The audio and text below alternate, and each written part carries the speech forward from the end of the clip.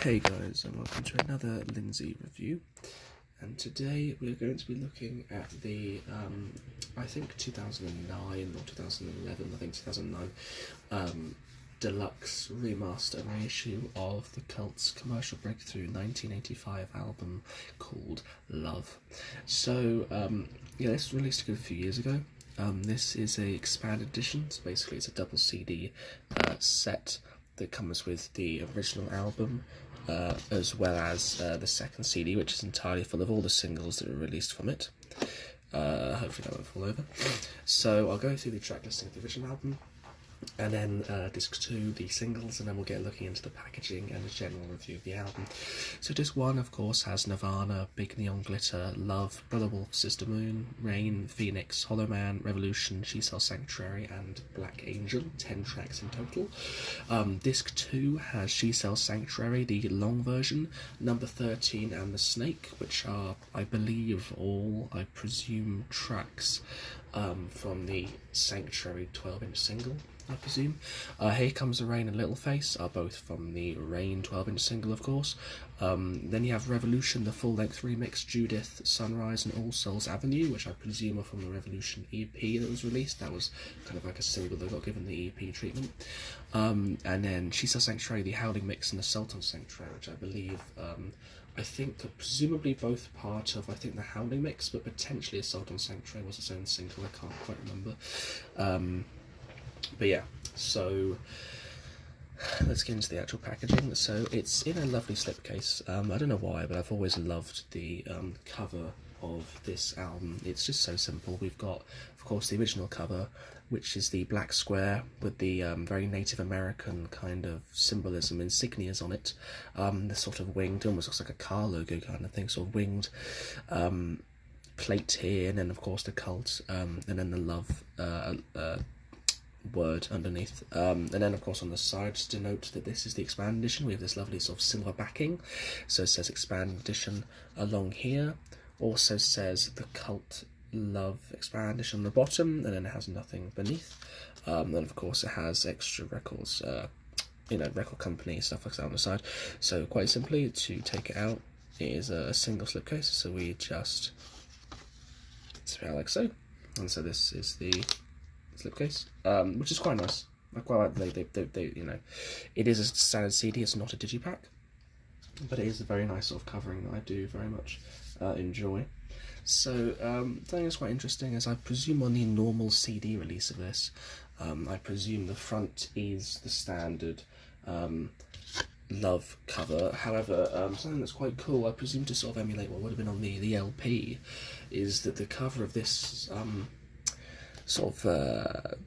the cover of the actual CD, the CD booklet, is actually the entire lyrics to side A, and the back is, as you might have guessed it, not actually the back cover. Stupidly there, I presumed it wasn't, sorry. I presume this is on the back of the normal CD. It's a picture of the Cult. So I think Jamie Stewart, Billy Duffy, Ian Astbury, if I'm not mistaken. And then of course it has the track listing. But yeah, the front, quite interestingly, has the lyrics of side A, and then when we open it up, we have the lyrics of side B on the back. I presume to try and sort of emulate what would have been on the LP. Now the booklet has an extended, not an essay, but sort of an interview with Ian and Billy over the production of this, several different anecdotes, sort of quotes from fans and such who've seen them live over the years, how much they loved this album and such. It is actually a really nice booklet, I will admit. And then we have disc 1, which is, it rightly says disc 1, and then it's a CD, double CD that opens like this, swings open.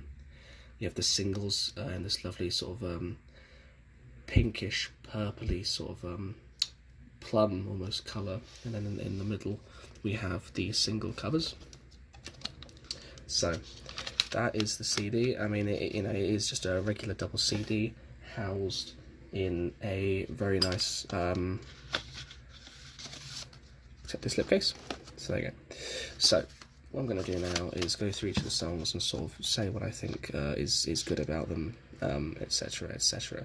So the first, I kind of bought this mainly because I knew it had Rain and She Sells Sanctuary on, and there's a few songs just generally that I will buy an entire album for if it has it on, because I haven't got pure cult. I only before the only cult CD, excuse me, I had before this was the brand new Sonic Temple Deluxe thing, reissue 5 CD box set. So I didn't have Rain or She Sells Sanctuary at all on CD, so I bought this for those. I kind of knew a couple of the other tracks. I did know Revolution, I did know Phoenix, but then I bought this and listened to it when it arrived, and my god, I was blown away. This is an album that I can forget has Rain and She Sells Sanctuary on it. It's just amazing. So Nirvana is the first track, and it's just a really good, I'd say alternative. It is somewhat psychedelic. I kind of get what people say and I kind of get what people mean when they say that. But it's a great alternative rock track. Sounds great. It's big. It's just great driving music. It's just great 80s rock. Big Neon Glitter and Love, again, I mean, those first 3 tracks are just awesome. They're really good rock tracks. They sound great. They could have all been hits in themselves, to be honest with you. Butterwolf Sister Moon is a slower track, but kind of shows that the Cult are very good at having slower tracks as well. Then you get to Rain, my all-time favourite Cult track. I mean, I just love this song. It's so apocalyptic, even if it might be about sex. I kind of have always seen it in like an apocalyptic light. Just the riff, though repetitive, never gets old, especially that sort of closing riff at the end when it builds up. It's just awesome. I remember seeing that live and I was absolutely blown away by it. Phoenix, also a great track. Also sounded great live. I always forget the Phoenix is on this album and not their previous album, their debut, Dreamtime. But again, a good track, as is Hollow Man, which would be seen as one of the album tracks. But again, I quite like it. It's got quite a nice chorus. Revolution, I'm actually not massively keen on, but again, it is one of their big hits, I guess you'd say. And it's got a really nice message. Then She Sells Sanctuary, which is just one of the best songs of all time, period. And then the only track of the album which I really would skip is Black Angel, but I mean, it's probably still not a bad song in itself, really. And then disc 2, I mean, I bought this set because it was only like a couple of quid more than the normal sort of version, which I also don't think was remastered. But also, so this was kind of like a bonus within itself. But She Sells Sanctuary, the long version, which is good, it's very similar to the original. It's just got, extra riffs here and there. The opening's got sort of Ian doing a bit of a call, like a Native American type chant thing.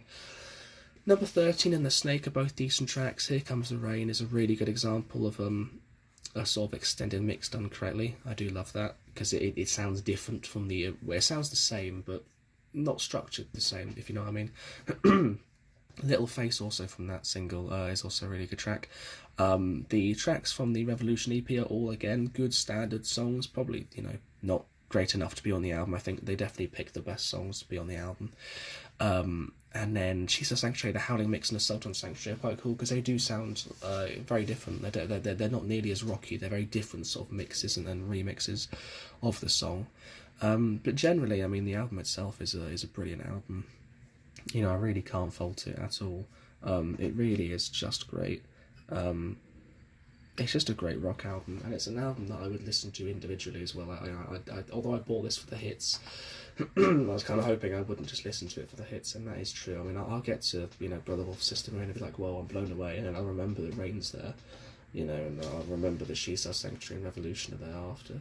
But yeah, I think so. 1985, I think it was obviously the commercial breakthrough for the band. Of course, they had just with this, of course, released She Sells Sanctuary onto the world, and Rain and Revolution, but especially She Sells Sanctuary, which, of course, if you barely know the Cult at all, if you only know one hit by them, chances are it's that one. It was in GTA. It became a sort of big 80s rock hit.